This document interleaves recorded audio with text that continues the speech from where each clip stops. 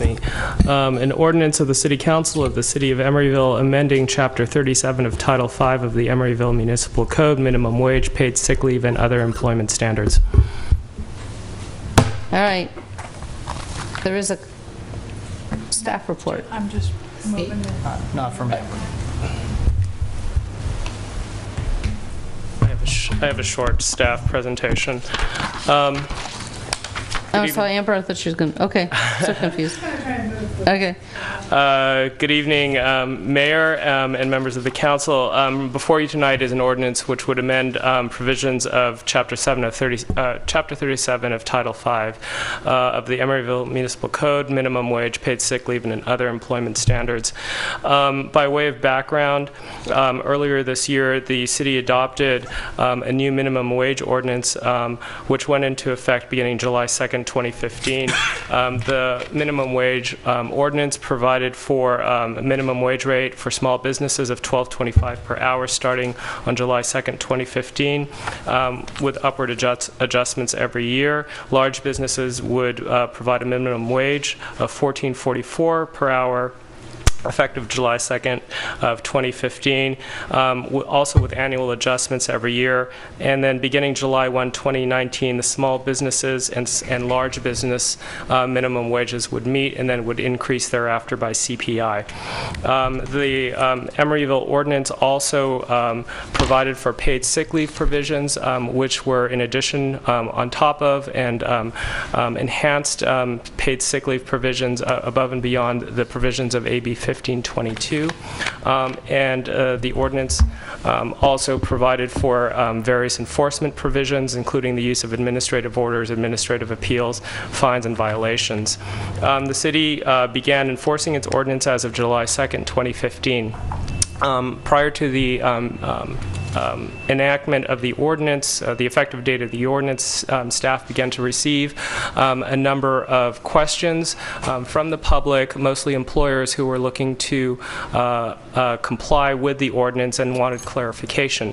The proposed amendments before you tonight essentially codify the advice that staff has been giving over that period of time to ensure that there is consistent advice that is provided to both the employers and the employees, and also to clarify that advice as well.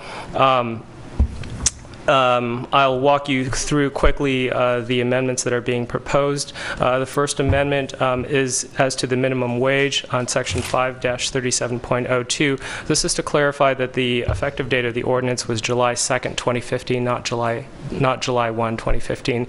The July 1 date was a typo from a previous version of the ordinance. The final passage of the previous ordinance had been June 2nd, 2015, and so the ordinance becomes effective 30 days thereafter. So this is correcting that typo. The majority of the amendments are regarding the paid sick leave provisions in Section 537.03. And this is to clarify the various ways that an employer can provide paid sick leave to its employees. The city's current minimum wage ordinance provides that paid sick leave is provided to employees at the rate of up to 48 hours for small businesses and 72 hours for large businesses.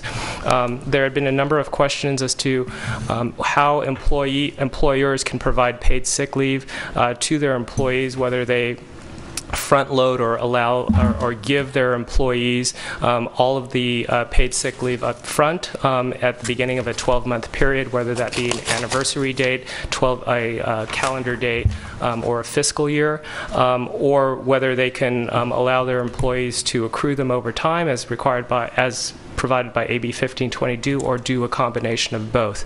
And the advice that we've been giving to people out there, and which we're codifying in this amendment, is that you can do any one of those. You can front load up to the 48, 72-hour limit. You can allow your employees to accrue over time, or you can front load less than the limit and then allow them to accrue the remainder. Note that if an employer front loads the full amount at the beginning of the 12-month term, that there is no carryover or rollover provisions for the for the remainder. So the idea is that at the most that the employee can carry in terms of paid sick leave at any 12-month period, at the beginning of the 12-month period, is 48 or 72 hours. There is also a provision that clarifies that fines and penalties that could be assessed as part of the enforcement of the ordinance could also be, those fines and penalties could be assessed as part of any compliance order that the city issues. The ordinance also would clarify the provisions under which a hearing could be asked for by an employer, and the dates under which that hearing would be set and heard.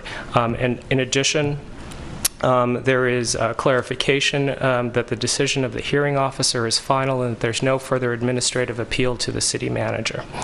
And then finally, there is also an amendment that clarifies that there is no retaliation that could be had against non-exempt employees, and non-exempt employees are, for purposes of this subsection, those employees who are non-exempt under federal or state wage and hour laws. Again, the point of this this ordinance amendment is clarification and cleanup. It's to provide consistency to the advice that we've already been giving. It is also to provide clarity to employers about how they can comply with their ordinance, and employees about what their rights are under the ordinance. It certainly is not intending to change or otherwise materially alter the provisions of the minimum wage ordinance, which is currently in place. You'll note that there was also a letter from Mark Brunkart. I provided that to you, and that's the conclusion of my report. I'm available for any questions you may have. Yeah, I have a question. Today we received a rather detailed letter. Yes. Pertaining to this, and I was wondering if you could speak to the concerns in that letter.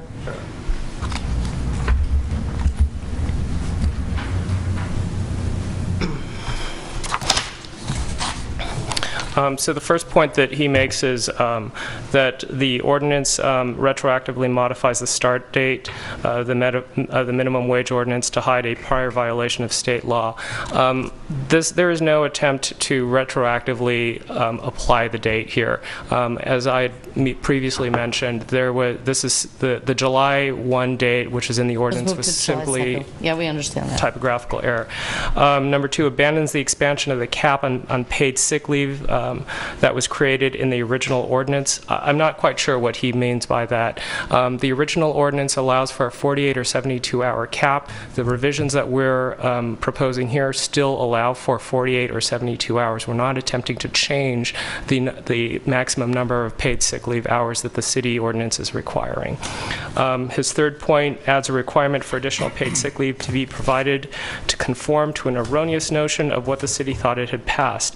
Again, I'm not quite sure what he means here, but there is no additional paid sick leave that these proposed amendments are requiring above and beyond what is originally in the current ordinance.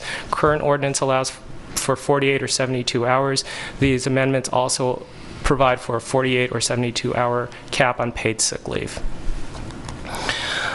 His next point adds a requirement that the front loading must be done in larger amounts than previously required, raising issues as to how a business can modify the policy enacted a few weeks ago in compliance with the original minimum wage ordinance. That's not the case. What we're trying to do here is to codify the advice that we have been giving to people as to how they can comply. There is the proposed amendments specifically allow an employer to front load some or all of the paid sick leave to an employee at the beginning of the year. That is what's allowed under AB 1522.